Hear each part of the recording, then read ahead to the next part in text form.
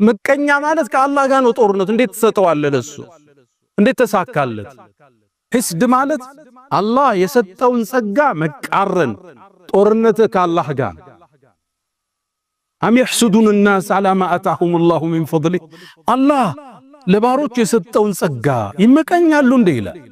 አላህ የራሱ ጥበብ አለው። አንዱን ሀብታም፣ አንዱን መሐከለኛ፣ አንዱን ዓሊም፣ አንዱን ጃሂል፣ አንዱን ጤነኛ፣ አንዱን በሽተኛ ወረፈዕና ባዕضኩም ፈውቀ ባዕድን ደረጃት አበላልቷል። አንተ ጥበበኛ አይደለህም ማለት ነው ሐሲድ ማለት።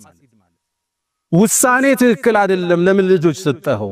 ለምን ሀብት ሰጠኸው? ለምን ዒልም ሰጠኸው? ፍልሚያ ከአላህ ጋር አላ ሊለዚ ገለ ዐለይ ሐሲደን አተድሪ ዐላ መን አሰእተ አልአደብ አሰእተ ዐላ ላህ ፊ ሑክሚሂ ኢዝ ለም ተርደ ሊማ ወሀብ። ከማን ጋር ነው ፍልሚያ? አላህ ጋር እኮ። ለምን ሰጠኸው እኮ። እንዴት ተሳካለት? እንዴት ሰው ተቀበለው? እንዴት ለስኬት በቃ? ግጭት እኮ አላህ ዘለ። ከዛ ነው ኢብኑ መስዑድ ምን ይላሉ? እባካችሁን የአላህን ጸጋ አትፋለሙ ይላሉ። ማን ነው እንደሚፋለም ሲሏቸው ሐሲድ ነው አሉ። ምቀኛ ማለት ከአላህ ጋር ነው ጦርነቱ። እንዴት ተሰጠዋለህ ለሱ? እንዴት ተሳካለት? ግጭቱ ከአላህ ጋር። ስለዚህ አንድ ሰው ሲሐስድ አላህ ጋር እየተፋለመ መሆኑን ይወቅ።